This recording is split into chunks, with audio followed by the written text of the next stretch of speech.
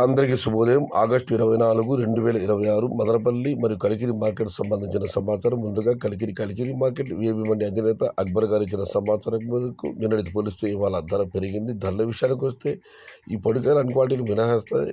ఉన్న టమాటా 60, 70, 80 ఇవన్నీ క్వాలిటీలు లేవు. క్వాలిటీలు ఉన్న మీడియం కాస్ట్ చెప్పొచ్చు ₹100 నుంచి ₹600, ₹100 దగ్గర నుంచి 150, 160 ఇవి అత్యధికంగా ఆధారపడే యావరేజ్ ధరలు. టాప్ అండ్ టాప్ ₹170 నుంచి ₹200.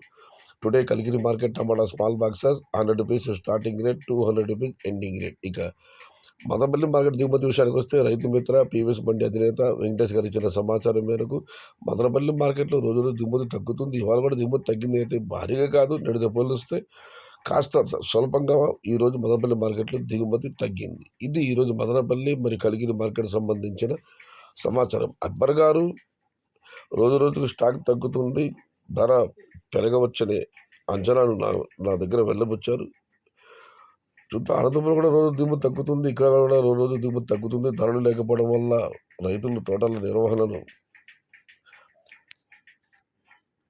వదిలేశారు. ఒక్కసారి మందులు వదలాలంటే ₹10,000 ఖర్చు వస్తుంది. ధరలు లేకపోవడంతో ఎవరు పెద్దగా తోటలు మెయింటైన్ చేయలేదు. అందువల్లే రోజుకు దిగుమతి తగ్గుతుంది.